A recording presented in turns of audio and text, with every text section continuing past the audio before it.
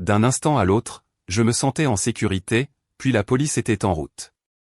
En fait, je me sens toujours en sécurité. La notification de mon téléphone a déchiré le silence du soir comme une lame. J'étais étendu sur notre canapé en cuir, toujours en tenue de travail du chantier, regardant Elena s'affairer dans notre cuisine avec cette énergie distraite qu'elle avait depuis des semaines.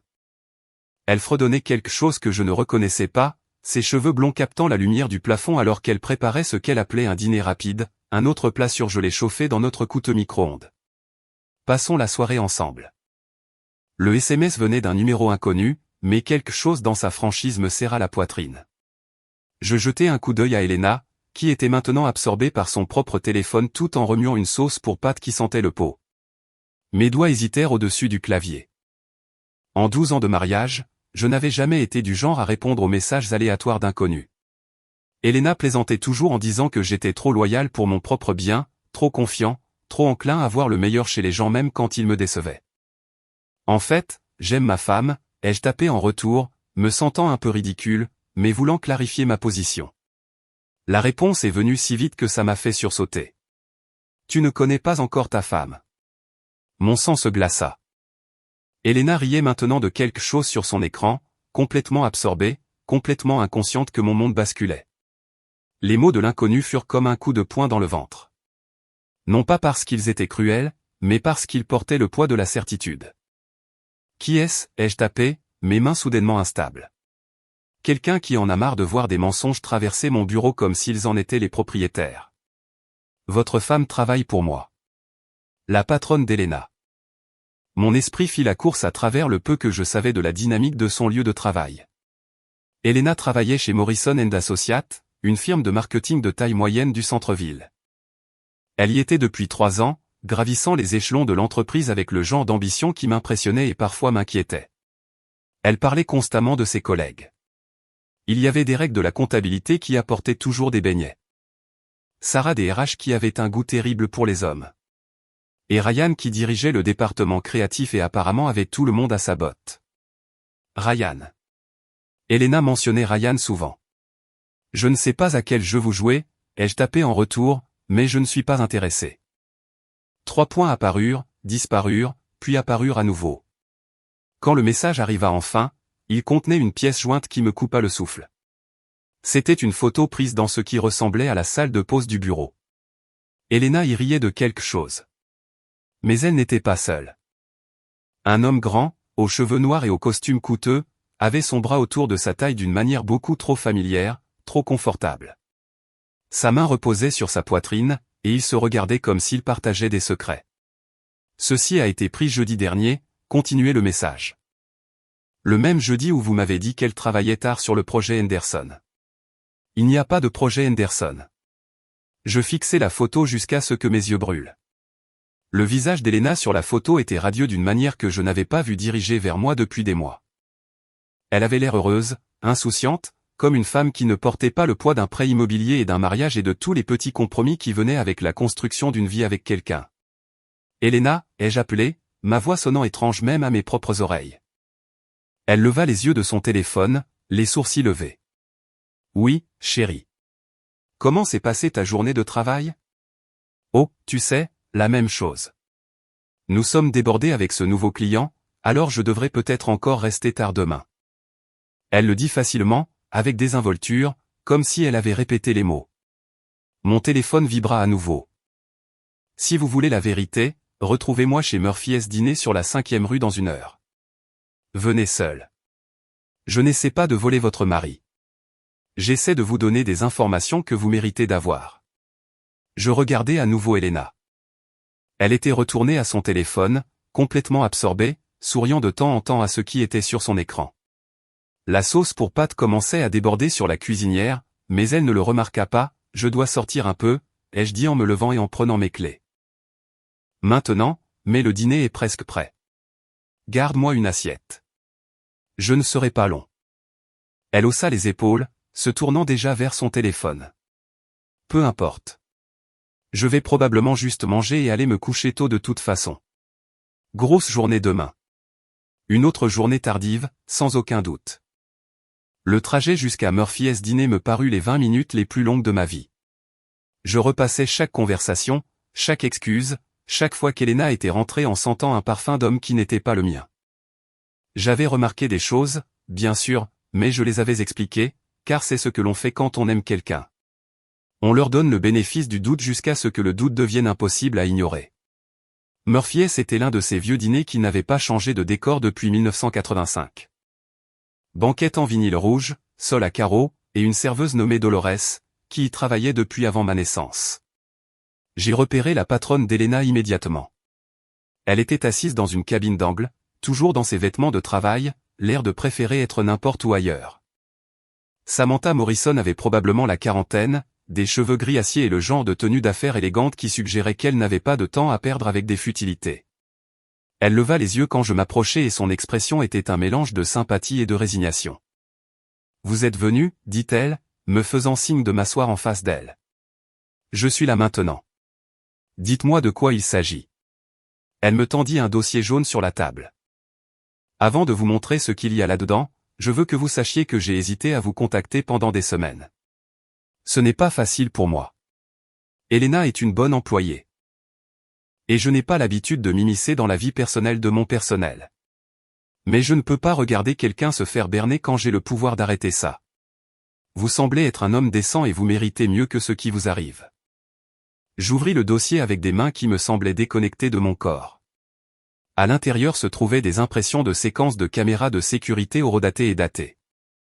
Elena et l'homme de la photo de la salle de pause Ryan, je réalisais dans diverses positions compromettantes dans le bureau, partant ensemble après les heures de travail, sa main sur son dos alors qu'ils se dirigeaient vers le parking souterrain, se tenant près l'un de l'autre dans l'ascenseur.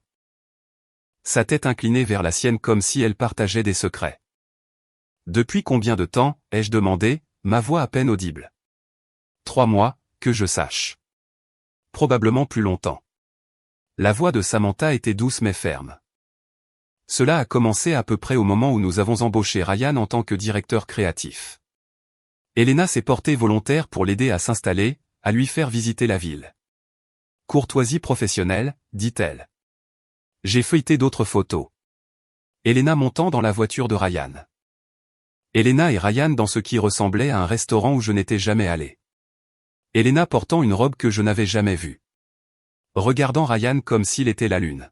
« Pourquoi me montrez-vous ça ?» Parce que Ryan est aussi marié. Il l'est depuis 8 ans. Sa femme Sarah est une femme charmante qui apporte des biscuits à nos fêtes de Noël au bureau et parle de la chance qu'elle a d'avoir trouvé un mari si dévoué.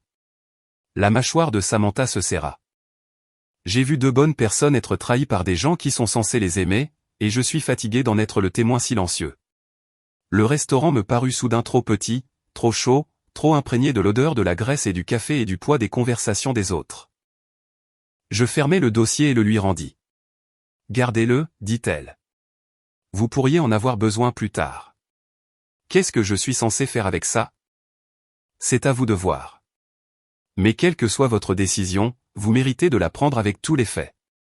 Je suis rentré chez moi dans un état second, le dossier jaune posé sur le siège passager comme une bombe prête à exploser.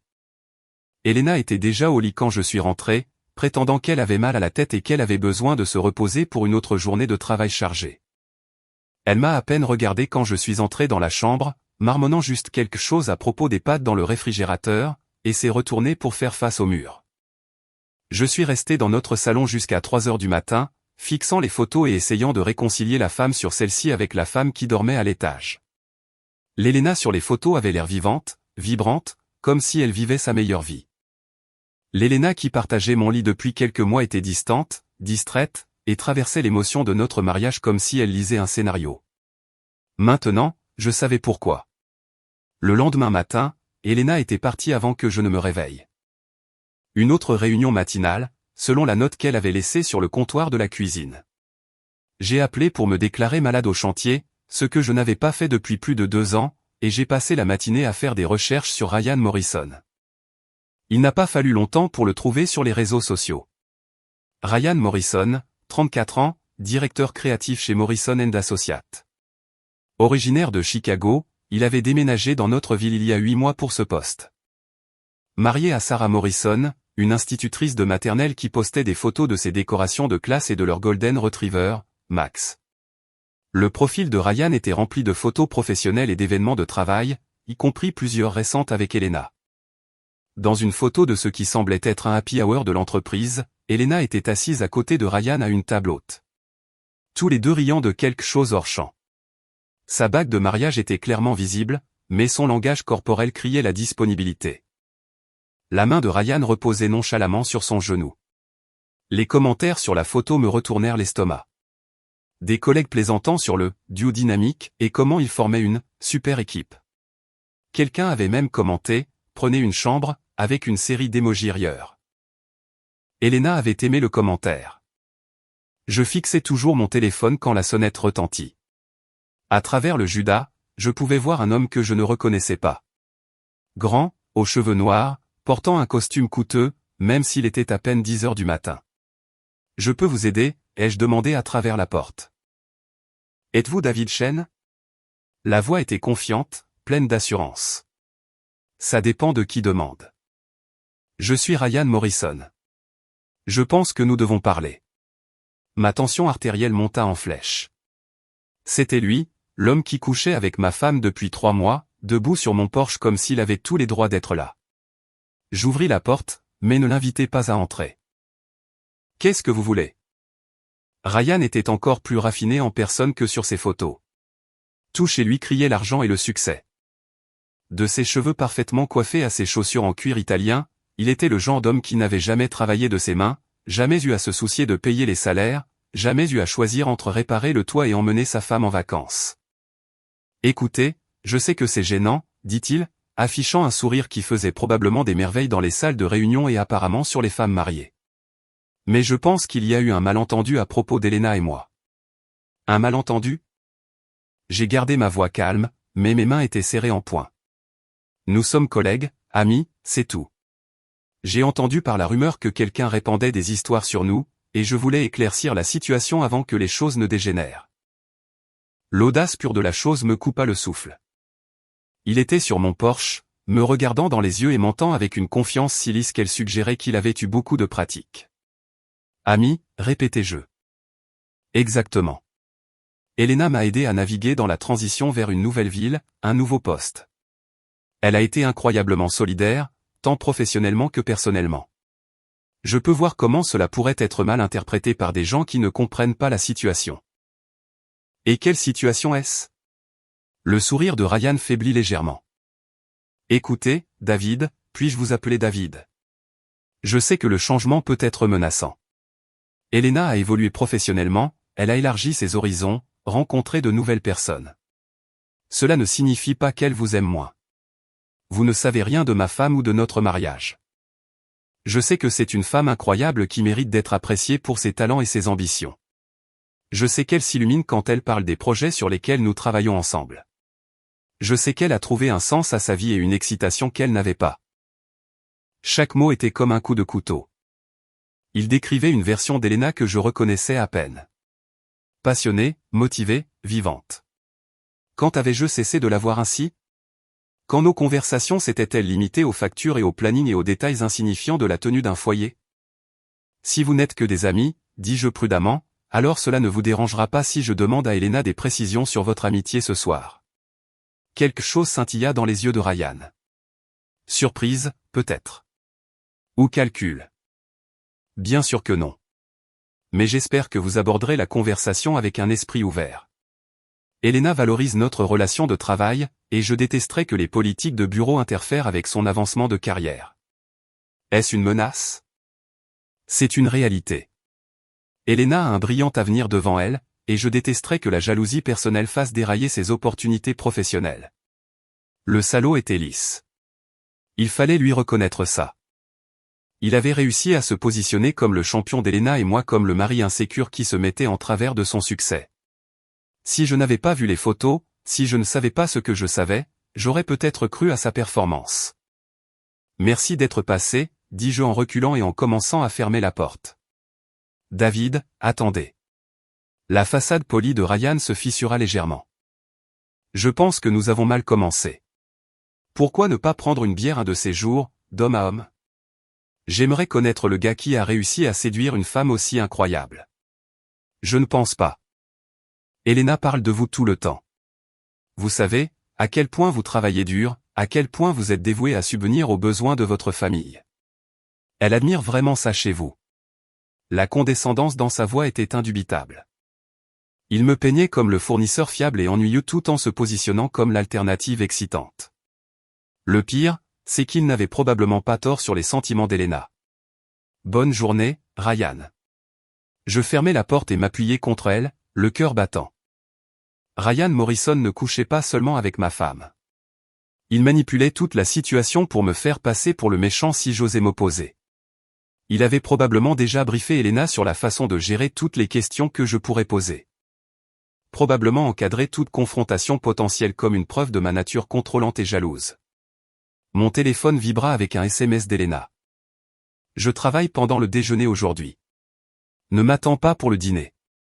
Nous commandons à emporter pour finir la proposition Peterson. Je t'aime. Je fixai le message, me demandant si elle travaillait vraiment aussi. Commander à emporter signifiait le service en chambre à l'hôtel qu'elle et Ryan utilisaient pour leur réunion d'après-midi. Le « je t'aime » désinvolte à la fin était comme du sel sur une plaie ouverte. J'ai passé le reste de la journée à alterner entre la rage et quelque chose qui ressemblait à du chagrin. Je continuais à marcher dans notre maison, regardant les photos sur les murs, les meubles que nous avions choisis ensemble, les petits détails domestiques qui représentaient 12 ans de construction d'une vie ensemble. Tout cela avait-il déjà été réel, ou avais-je joué à la maison avec une femme qui attendait juste que quelque chose de mieux arrive? Quand Elena est rentrée à 21h30, j'avais pris ma décision. Comment s'est passée ta journée de travail, ai-je demandé alors qu'elle enlevait ses talons et se dirigeait directement vers le réfrigérateur à vin. Épuisant. La proposition Peterson tourne au cauchemar, mais je pense que nous faisons enfin des progrès. Elle se versa un grand verre de chardonnay et en prit une longue gorgée. Comment s'est passée ta journée? Tu as l'air fatigué. J'ai eu un visiteur intéressant ce matin. Elena marqua une pause, le verre de vin à mi-chemin de ses lèvres. Oh.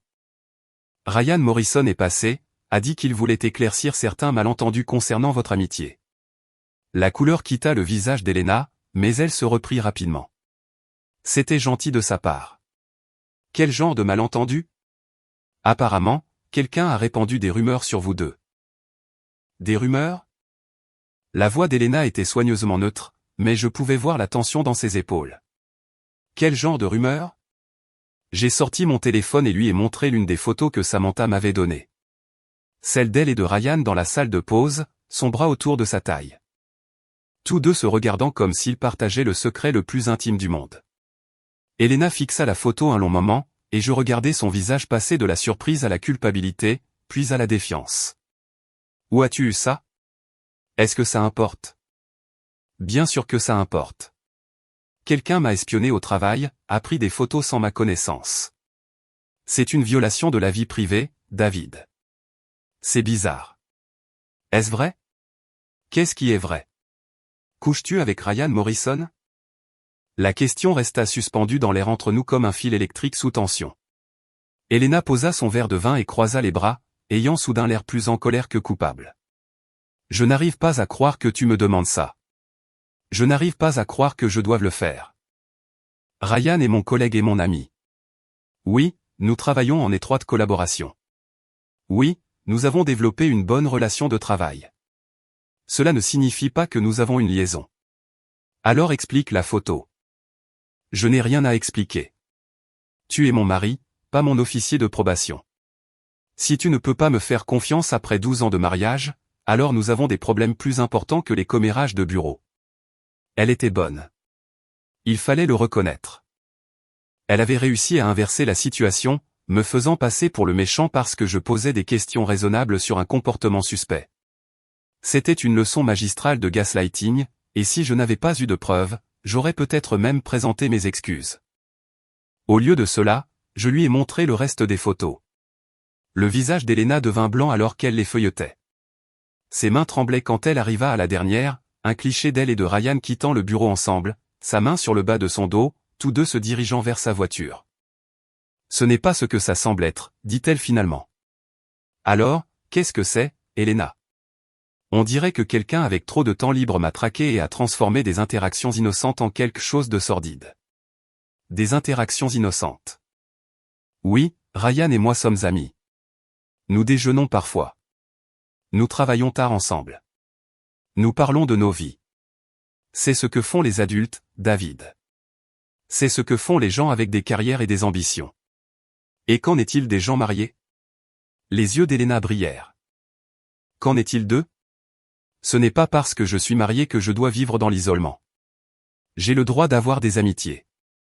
J'ai le droit d'avoir une vie en dehors de cette maison. Tu as le droit d'avoir des amitiés.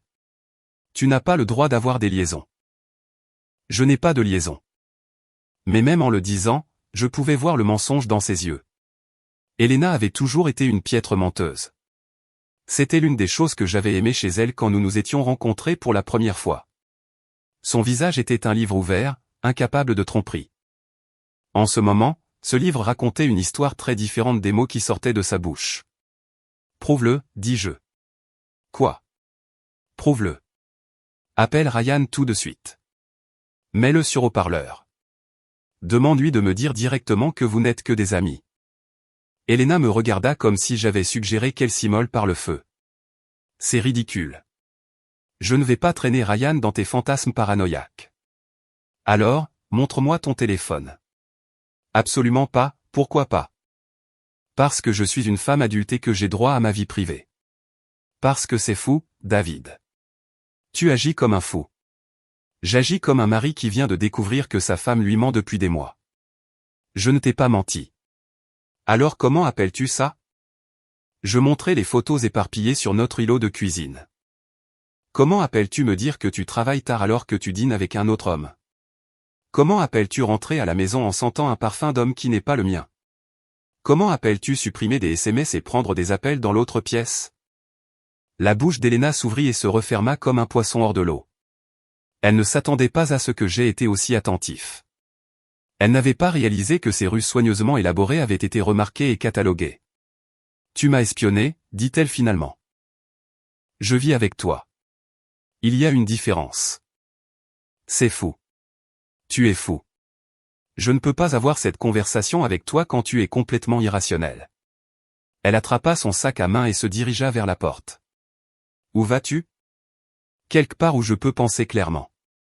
Quelque part où je n'ai pas à défendre chacune de mes actions devant quelqu'un qui est censé me faire confiance. Elena, attends. Mais elle était déjà partie. La porte d'entrée claqua derrière elle avec assez de force pour faire vibrer les fenêtres. Je restai seul dans notre cuisine, entouré des preuves de sa trahison, écoutant le bruit de sa voiture quittant notre allée. Mon téléphone vibra avec un message texte d'un numéro inconnu. Elle est au Marriott du centre-ville, chambre 412. Je suis désolé. Je fixai le message un long moment, me demandant si j'étais assez courageux pour aller en ville et voir par moi-même ce qu'était devenu mon mariage. Au final, je décidai que je n'en avais pas besoin. Je savais déjà tout ce que je devais savoir. Elena n'est pas rentrée cette nuit-là ni le lendemain matin. Le vendredi à midi, j'avais appelé son bureau 3 fois, pour me faire dire qu'elle avait pris un jour personnel. Son téléphone allait directement sur la messagerie vocale, et le seul SMS que je lui avais envoyé pour lui demander si elle était en sécurité était resté sans réponse. J'étais assis dans notre salon, fixant le mur et me demandant ce que l'on est censé faire quand toute sa vie implose. Quand la sonnette retentit à nouveau, cette fois c'était Sarah Morrison, la femme de Ryan. Je la reconnus immédiatement d'après ses photos sur les réseaux sociaux, bien qu'elle semblait plus petite en personne, plus fragile. Elle avait probablement la trentaine, avec le genre de beauté saine qui suggérait qu'elle avait été reine de la promo dans une petite ville quelque part. Ses yeux étaient rouges et elle serrait un mouchoir dans sa main.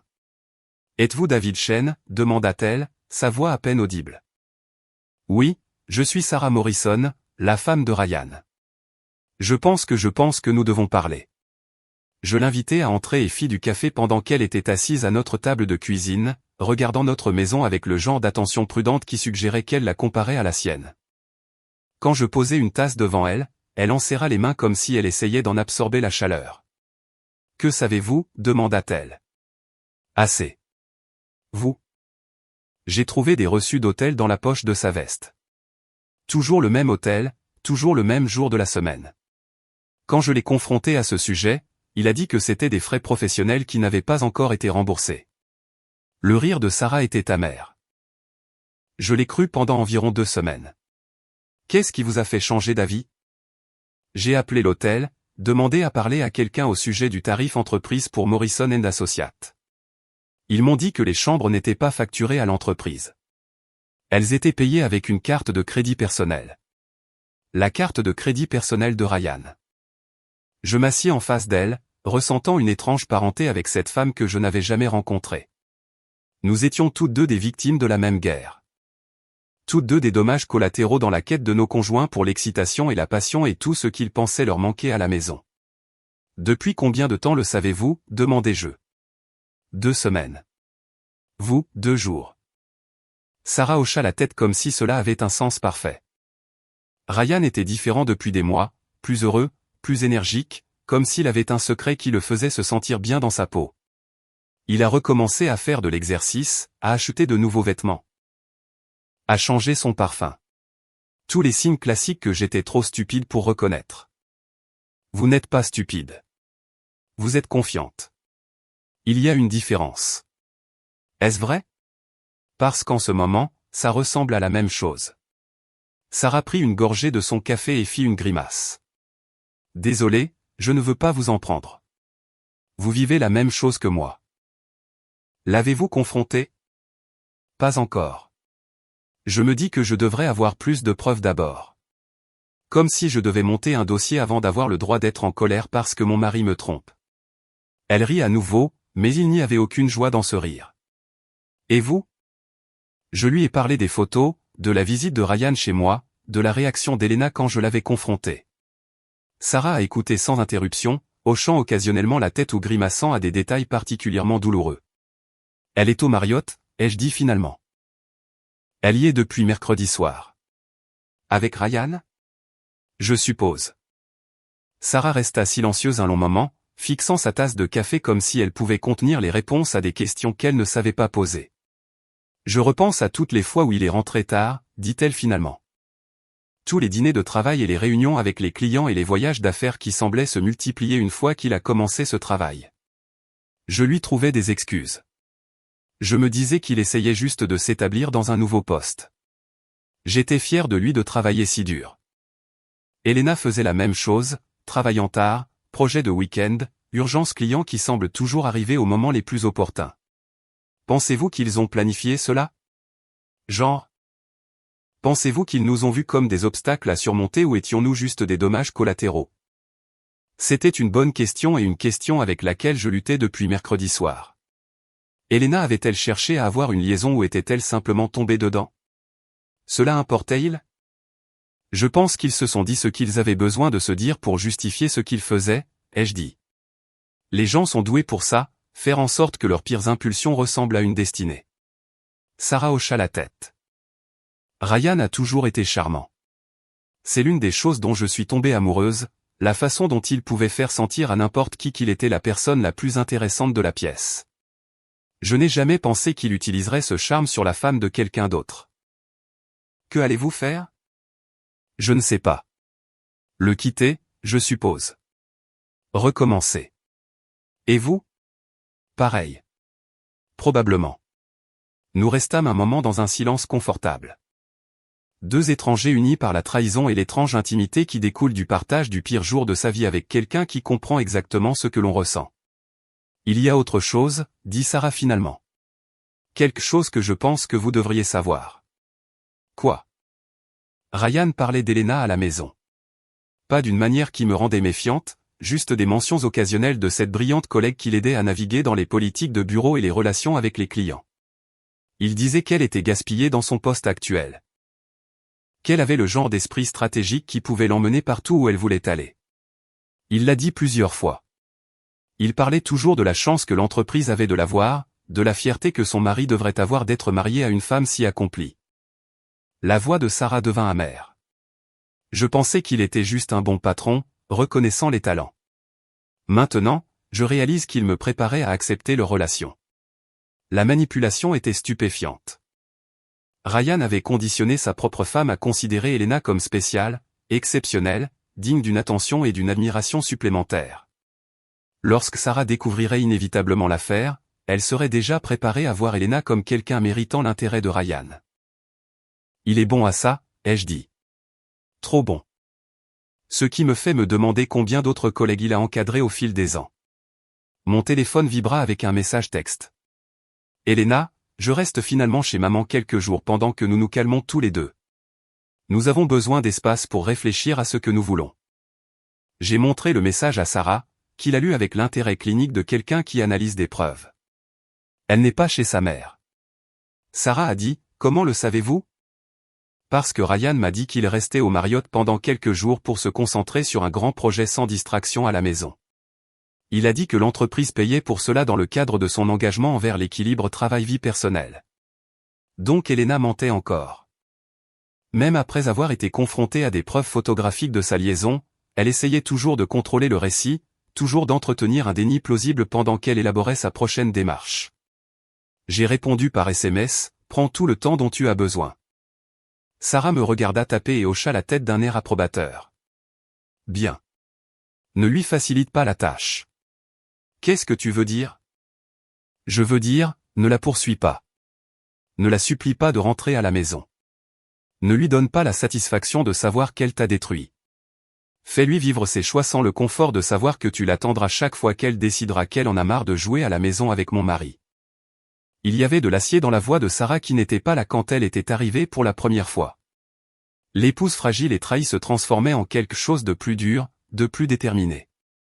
On dirait que tu y as réfléchi, ai-je dit. J'ai eu 2 semaines pour ne penser à rien d'autre. 2 semaines pour imaginer chaque conversation possible, chaque issue possible, chaque façon dont cela pourrait se dérouler. Elle a fini son café et s'est levée. Je dois y aller. Mais David. Ne les laisse pas faire de toi le méchant de cette histoire. Ce sont eux qui ont rompu leurs vœux. Ce sont eux qui ont menti et trompé et détruit 2 mariages pour le plaisir d'un fantasme de crise de la quarantaine. Ne les laisse pas réécrire l'histoire pour qu'ils se sentent mieux avec ce qu'ils ont fait. Après le départ de Sarah, j'ai passé l'après-midi à faire quelque chose que je n'avais pas fait depuis des années. J'ai appelé pour me déclarer malade au travail pour le 2e jour consécutif et je me suis juste assis avec mes pensées. Pas de télévision, pas de musique, pas de distraction. Juste moi et l'épave de mon mariage et la prise de conscience grandissante que la femme que j'avais aimée pendant 12 ans avait été une étrangère plus longtemps que je n'avais voulu l'admettre. La maison était différente sans Elena. Plus grande d'une certaine manière, mais aussi plus la mienne. J'ai remarqué des choses que j'avais cessé de voir. La façon dont la lumière de l'après-midi frappait les planchers de bois franc. Le son du chien de nos voisins aboyant dans l'arrière-cour. Le silence particulier qui accompagne le fait d'être vraiment seul pour la première fois en plus d'une décennie. Mon téléphone a sonné vers 18h. La mère d'Elena. David. Ma chérie, tout va bien? Elena a appelé et a dit qu'elle restait avec moi, mais elle n'est pas là. Je m'inquiète que quelque chose soit arrivé. Même la mère d'Elena était trompée. La toile de la tromperie était si complète, si minutieuse qu'Elena avait impliqué sa propre famille pour couvrir ses traces. Nous nous sommes disputés, ai-je dit, ce qui était techniquement vrai. Elle avait besoin d'espace pour réfléchir. Quel genre de dispute? Vous ne vous disputez jamais. C'était vrai. En 12 ans de mariage, Elena et moi nous étions rarement élevés la voix l'un contre l'autre. Nous étions fiers de nos compétences en communication, de notre capacité à régler les désaccords comme des adultes matures. Maintenant, je me demandais si notre manque de conflit avait été un signe de compatibilité ou juste la preuve que nous avions cessé de nous soucier suffisamment pour nous battre pour ce que nous voulions. C'est compliqué, Madame Patterson, mais ne vous inquiétez pas, Elena est en sécurité. Elle est juste en train de régler certaines choses. Êtes-vous sûr? Parce qu'elle avait l'air étrange au téléphone. En colère, mais aussi, je ne sais pas comment le décrire. Excitée, peut-être? Comme si elle était nerveuse à propos de quelque chose mais aussi impatiente. Excitée. C'était le mot qui manquait à mon vocabulaire quand il s'agissait d'Elena. Quand l'avais-je vue excitée pour la dernière fois à propos de quoi que ce soit lié à notre vie ensemble? Quand m'avait-elle regardé pour la dernière fois comme elle regardait Ryan sur ses photos? Je suis sûr qu'elle va bien, ai-je dit à Madame Patterson. Je lui dirai de vous appeler quand elle sera prête à parler.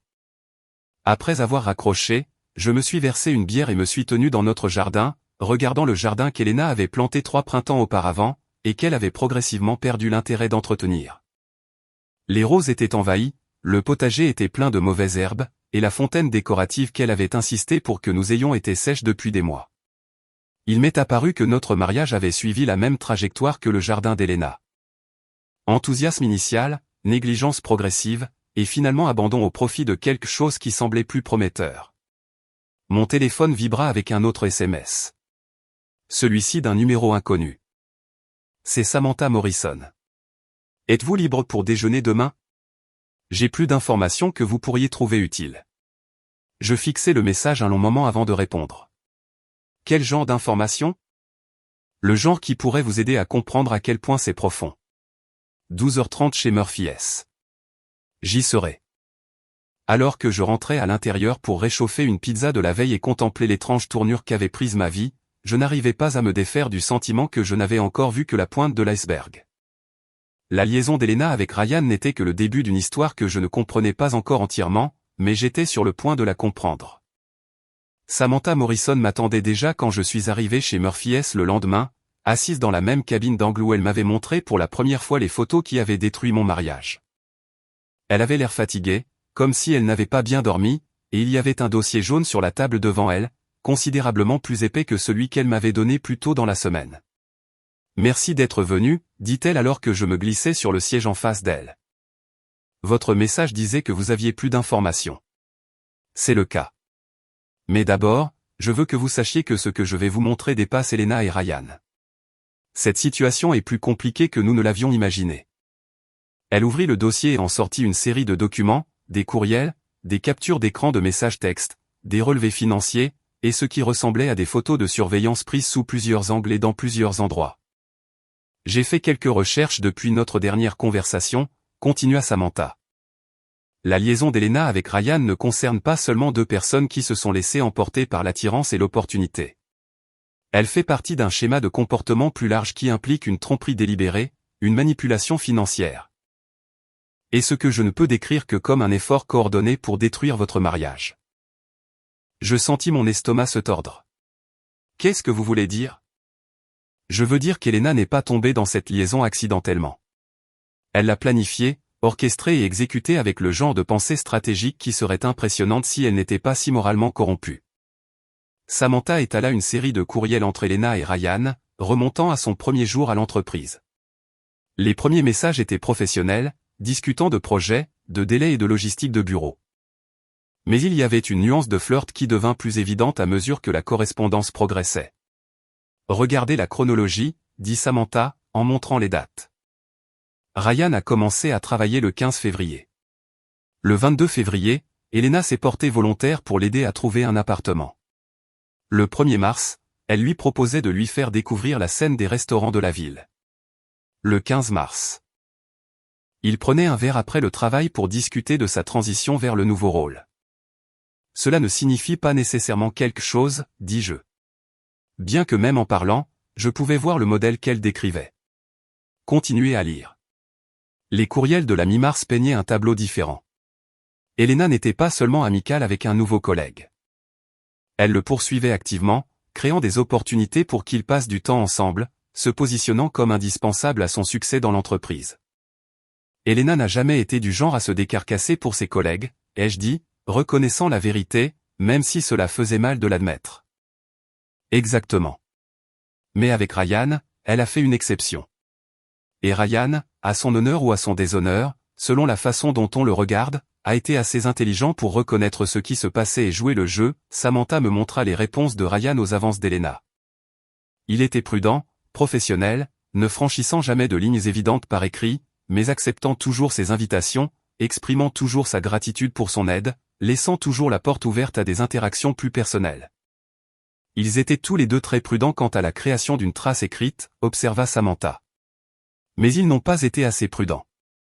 Elle sortit une série de relevés de cartes de crédit, le compte personnel d'Elena, que je n'avais jamais vu auparavant.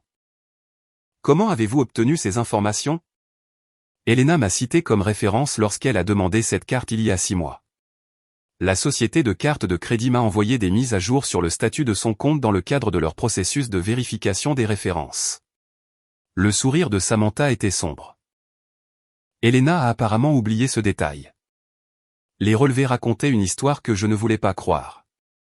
Elena avait utilisé la carte pour payer des chambres d'hôtel, des dîners coûteux, des achats de lingerie dans des magasins dont je n'avais jamais entendu parler, et des traitements de spa qu'elle ne m'avait jamais mentionnés. Les dépenses avaient commencé en mars et avaient augmenté de façon spectaculaire au cours des 2 derniers mois. Elle menait une double vie, ai-je dit, fixant les frais pour des restaurants où nous n'avions jamais mangé ensemble, des hôtels de notre propre ville où elle avait apparemment rencontré Ryan pour des rendez-vous l'après-midi. Ça empire. Samantha me montra les relevés bancaires du compte courant personnel d'Elena. Un autre compte dont je n'avais rien su. Elle avait systématiquement transféré de l'argent de notre compte d'épargne commun vers son compte personnel. De petites sommes au début, mais des transferts de plus en plus importants au cours des derniers mois. Elle prévoyait de vous quitter, dit Samantha doucement. Les preuves financières suggèrent qu'elle se préparait à un divorce depuis au moins 4 mois, peut-être plus longtemps. Je me sentis comme si j'avais reçu un coup de poing dans le ventre. Elena n'avait pas seulement eu une liaison. Elle avait systématiquement démantelé notre mariage tout en prétendant que tout était normal. Chaque matin, quand elle m'avait embrassé pour me dire au revoir, chaque soir, quand elle m'avait demandé comment s'était passée ma journée, chaque nuit, quand elle avait fait les gestes de l'intimité, elle avait planifié sa stratégie de sortie. Il y a plus, dit Samantha. Bien que je ne sois pas sûr de pouvoir supporter d'autres révélations. Elle sortit une série de messages textes entre Elena et une certaine Jessica discutant du plan et de la façon dont Elena devait être patiente et stratégique quant au moment de son départ. Qui est Jessica? L'avocate de divorce d'Elena. Elle l'a consultée depuis février, avant même que Ryan ne commence à travailler dans notre entreprise. La chronologie était dévastatrice. Elena avait prévu de divorcer avant même d'avoir rencontré Ryan. Sa liaison n'était pas la cause de la rupture de notre mariage. Ce n'était qu'une excuse commode, un moyen de se sentir justifié de partir. Pourquoi me montrez-vous tout ça, ai-je demandé. Parce que vous méritez de connaître la vérité. Et parce qu'Elena racontait aux gens au travail que vous étiez contrôlant, que vous la freiniez professionnellement, qu'elle avait peur de partir parce que vous l'aviez menacée financièrement. La voix de Samantha était cinglante de colère. Elle se peignait comme la victime d'un mariage abusif, ce qui faisait passer sa liaison avec Ryan pour un acte courageux de libération personnelle. Ce n'est pas vrai. Je sais que ce n'est pas vrai. J'ai vu la façon dont vous parlez d'Elena, la façon dont votre visage s'illumine quand vous mentionnez ses réalisations. Vous êtes fier de votre femme, vous soutenez sa carrière. Vous êtes entièrement dévoué à votre mariage. Mais Elena a réécrit l'histoire de votre relation pour se sentir mieux avec ce qu'elle fait.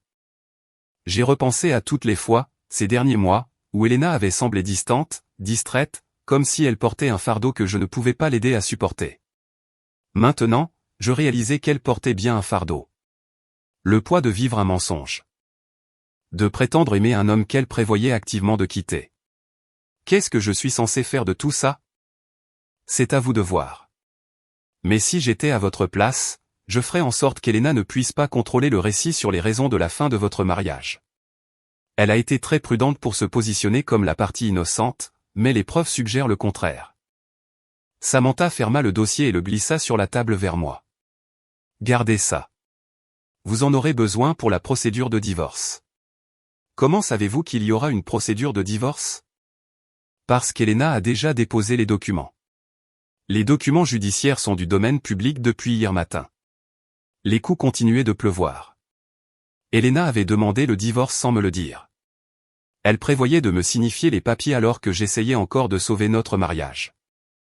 La femme que j'avais aimée pendant 12 ans avait toujours eu 3 longueurs d'avance sur moi, jouant aux échecs alors que j'essayais encore de comprendre les règles du jeu. Je suis désolé, David. Je sais que ce n'est pas facile à entendre. Pourquoi m'aidez-vous? Vous me connaissez à peine.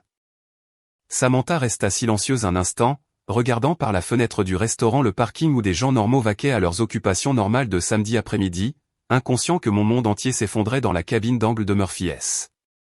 Parce que j'ai été à votre place, dit-elle finalement. Mon mari m'a quitté pour sa secrétaire il y a 15 ans. Il m'a dit que c'était parce que nous nous étions éloignés. Parce qu'il avait besoin de quelqu'un qui comprenne ses ambitions professionnelles. Parce que j'étais devenue trop à l'aise et complaisante. Je l'ai cru pendant des années. J'ai pensé que j'avais échoué en tant qu'épouse, que je l'avais en quelque sorte fait fuir. Qu'est-ce qui vous a fait changer d'avis? J'ai découvert plus tard qu'il avait prévu de me quitter pendant plus d'1 an avant de rencontrer la secrétaire. L'affaire n'était qu'un timing opportun. Cela lui a donné une raison de se sentir bien en abandonnant sa famille. Il a pu être le héros romantique de sa propre histoire au lieu d'être juste un autre homme d'âge moyen qui s'ennuyait de ses responsabilités. L'histoire de Samantha me paraissait douloureusement familière.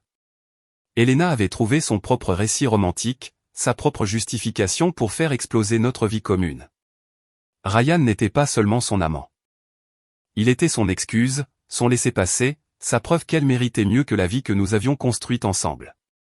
Je ne veux pas que vous passiez les 15 prochaines années à vous demander ce que vous avez fait de mal, continua Samantha. Vous n'avez rien fait de mal. Elena a fait des choix, et ces choix ont des conséquences, mais ce n'est pas de votre faute. Je quittais Murphy S avec le dossier sous le bras et une étrange clarté s'installant en moi. La semaine passée avait été un cauchemar de confusion et de doute de soi, à me demander où j'avais fait fausse route et comment je pouvais arranger les choses. Maintenant, je savais qu'il n'y avait rien à arranger. Elena avait planifié sa sortie depuis des mois, et mon seul choix était de gérer les conséquences. Quand je suis rentré chez moi, un huissier de justice m'attendait dans mon allée avec les papiers du divorce. Elena avait tout calculé parfaitement. Elle s'était assurée que je sois servi pendant qu'elle était en sécurité au Marriott avec Ryan, évitant toute confrontation émotionnelle désordonnée. J'ai signé les papiers et les élus dans mon salon, entouré des débris de notre vie commune. Elena demandait la moitié de tout. La maison, nos économies, mes comptes de retraite, même la moitié de la valeur de l'entreprise de construction que j'avais bâtie à partir de rien au cours des 8 dernières années. Elle demandait également une pension alimentaire, prétendant qu'elle avait sacrifié l'avancement de sa carrière pour soutenir mon entreprise et qu'elle avait maintenant besoin d'un soutien financier pour reconstruire sa vie professionnelle. C'était un chef-d'œuvre d'histoire révisionniste. Elena n'avait jamais rien sacrifié pour mon entreprise, avait en fait considérablement bénéficié de la stabilité financière qu'elle procurait, et gagnait actuellement plus d'argent qu'elle n'en avait jamais gagné de sa vie. Mais elle comptait sur mon ignorance, sur la possibilité que je n'ai pas accès aux preuves qui contredisaient ses affirmations. Elle m'avait sous-estimé, tout comme elle avait sous-estimé ma capacité à découvrir sa liaison. J'ai passé le reste du week-end à organiser les preuves que Samantha m'avait données et à me préparer à ce que je réalisais maintenant serait une guerre, pas un divorce. Elena avait planifié sa campagne pendant des mois, mais elle avait commis une erreur cruciale. Elle avait supposé que je me laisserais faire sans me battre. Elle était sur le point d'apprendre le contraire. Lundi matin, j'ai fait quelque chose que je n'avais pas fait en 12 ans de mariage. J'ai engagé un détective privé. Son nom était Marcus Webb, un ancien détective de police spécialisé dans les affaires d'infidélité, et il m'avait été fortement recommandé par Tom Bradley, l'avocat spécialisé dans les divorces que j'avais retenu pendant le week-end. Votre femme a été négligente, a déclaré Marcus après avoir examiné les preuves fournies par Samantha. Elle a laissé une trace longue d'1 kilomètre, et elle a agi en partant du principe que vous étiez trop confiant pour la suivre. Que pouvez-vous trouver que je n'ai pas déjà? Des relevés financiers remontant à plus de 6 mois, des relevés de communication entre elle et l'avocat spécialisé dans les divorces, des preuves de dissimulation d'actifs si elle a déplacé de l'argent, et surtout, des documents sur sa situation de vie actuelle qui contredisent les affirmations qu'elle fait dans sa demande de divorce. La requête en divorce d'Elena peignait le portrait d'une femme financièrement dépendante de son mari contrôleur et qui luttait maintenant pour établir son indépendance. La réalité, comme Marcus l'a découvert au cours de la semaine suivante, était significativement différente. Elena planifiait son départ depuis plus d'1 an, avait systématiquement transféré de l'argent sur des comptes dont je ne savais rien, et vivait actuellement dans une suite d'hôtels de luxe qui coûtait plus cher par nuit que la plupart des remboursements hypothécaires. Elle avait également utilisé les ressources de l'entreprise, y compris la carte de crédit professionnelle de Ryan, pour financer son mode de vie pendant la transition. C'est une fraude, a déclaré Tom Bradley lorsque Marcus a présenté ses conclusions. Elle a systématiquement volé nos comptes conjoints tout en déclarant la pauvreté dans sa demande de divorce, et l'utilisation des ressources de l'entreprise à des fins personnelles pourrait leur coûter leur emploi à elle et à Ryan. Quelle est notre prochaine étape? Nous déposons une contre-pétition qui raconte la véritable histoire. Nous exigeons une divulgation financière complète. Nous demandons un gel immédiat de tous les biens communs pour empêcher de nouveaux transferts. Et nous faisons savoir que nous avons des preuves d'adultère, de fraude et de parjure que nous sommes prêts à utiliser si nécessaire. La contre-pétition a été déposée un jeudi. Le vendredi après-midi, l'avocate d'Elena avait appelé Tom 3 fois, demandant une réunion d'urgence. Elle panique, a expliqué Tom. Elena pensait pouvoir contrôler le récit, mais maintenant elle réalise que vous avez des preuves qui contredisent tout ce qu'elle a affirmé. Elle cherche un moyen de minimiser les dégâts. Quel genre de dégâts? Des accusations criminelles pour la fraude financière, des conséquences professionnelles pour l'utilisation abusive des ressources de l'entreprise. L'humiliation publique lorsque les preuves de sa liaison deviendront partie intégrante du dossier judiciaire.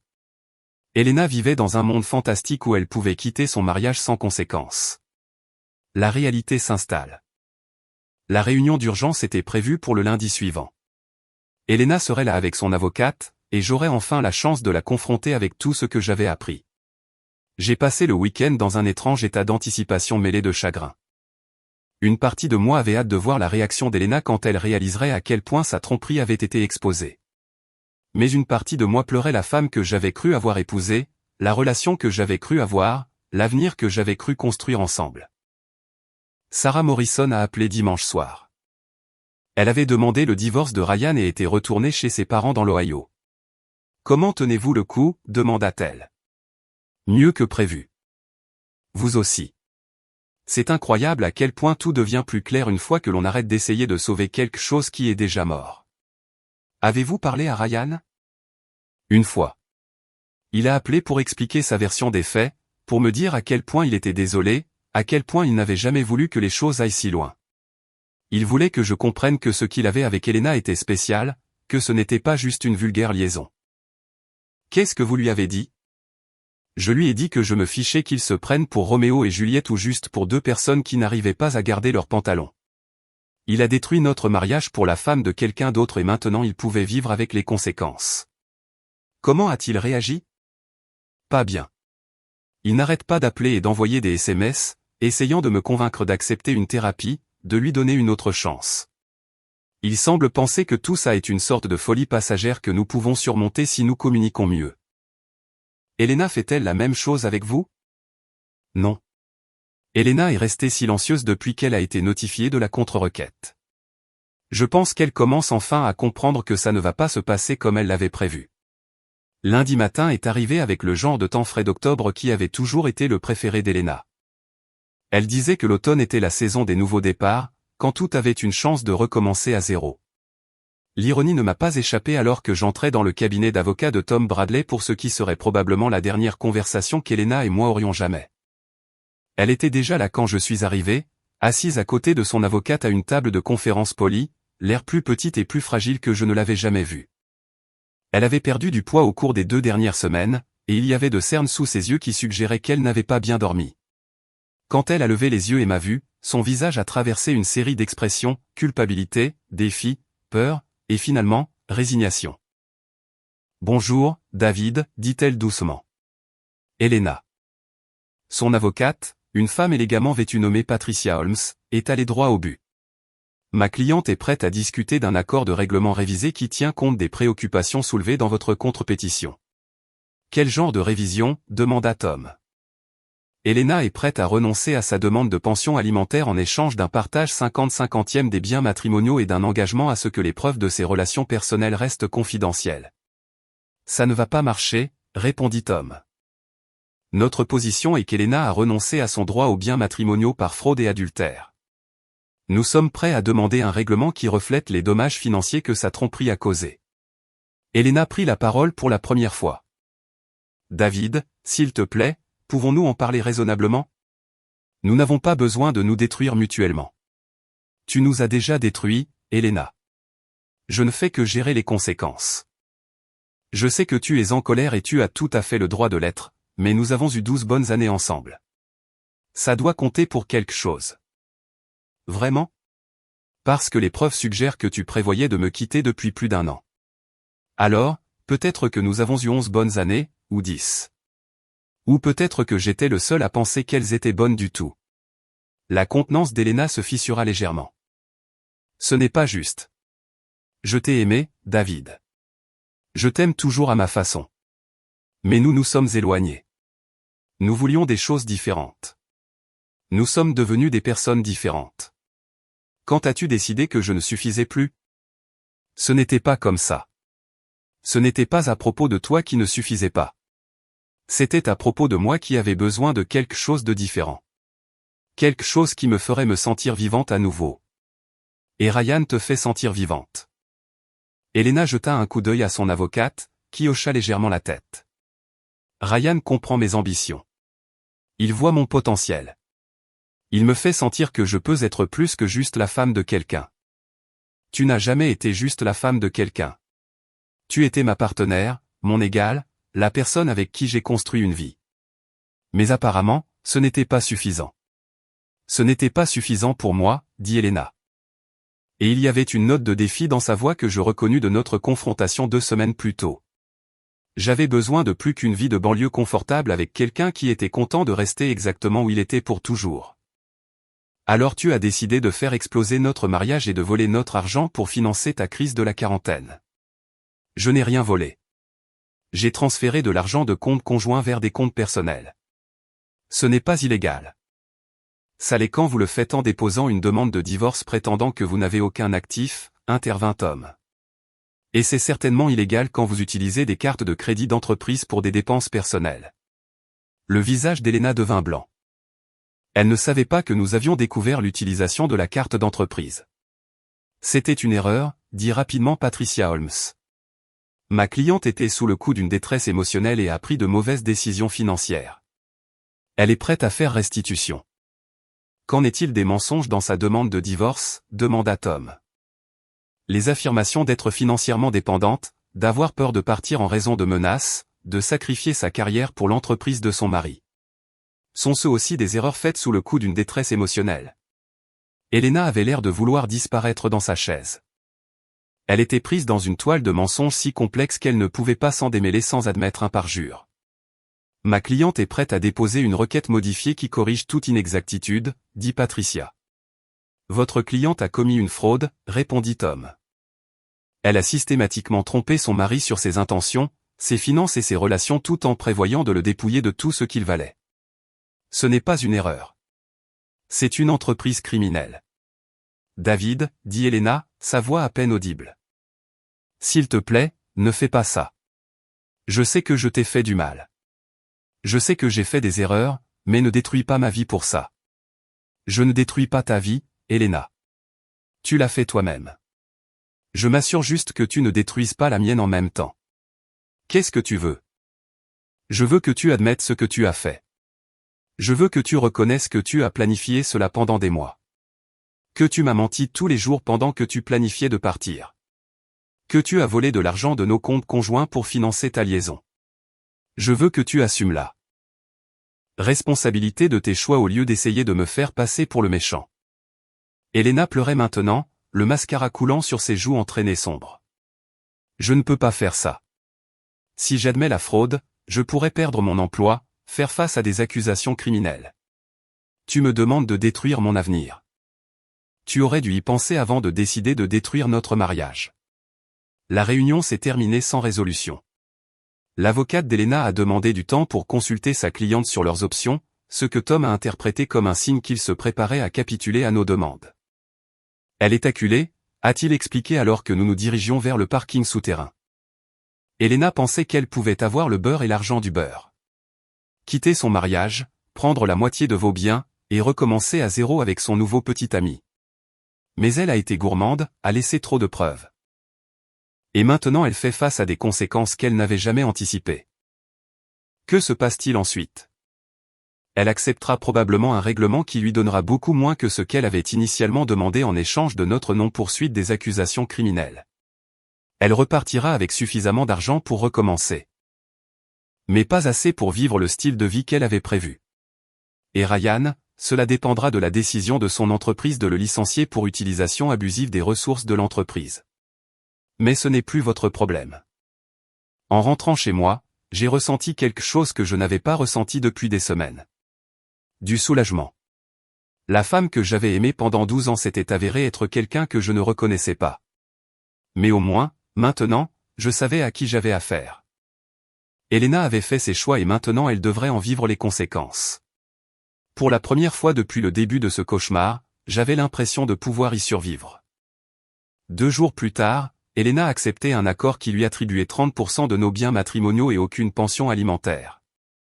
Elle s'engageait également à rembourser l'argent qu'elle avait transféré de nos comptes conjoints et à démissionner de Morrison & Associates pour éviter des poursuites pénales pour abus de ressources de l'entreprise. Ryan fut licencié le jour même où Elena démissionnait. Selon Samantha Morrison, il avait été escorté hors du bâtiment par la sécurité après qu'il fut découvert qu'il avait utilisé sa carte d'entreprise pour payer des chambres d'hôtel et des dîners qui n'avaient rien à voir avec les affaires. Sarah Morrison m'envoya un SMS ce soir-là. J'ai entendu dire que Ryan avait été viré. Le karma est une belle chose, n'est-ce pas? Elena quitta le Marriott et s'installa dans un petit appartement de l'autre côté de la ville. Elle et Ryan étaient apparemment toujours ensemble, bien que leur relation ait perdu de son éclat romantique maintenant que cela leur avait coûté leur carrière et la majeure partie de leur sécurité financière. J'ai gardé la maison, l'entreprise et la plupart de nos économies. Plus important encore, j'ai gardé mon respect de soi et mon sens de la réalité. Elena avait essayé de me faire croire que j'étais le problème de notre mariage, mais les preuves avaient raconté une histoire différente. 3 mois plus tard, je rencontrai Elena au supermarché.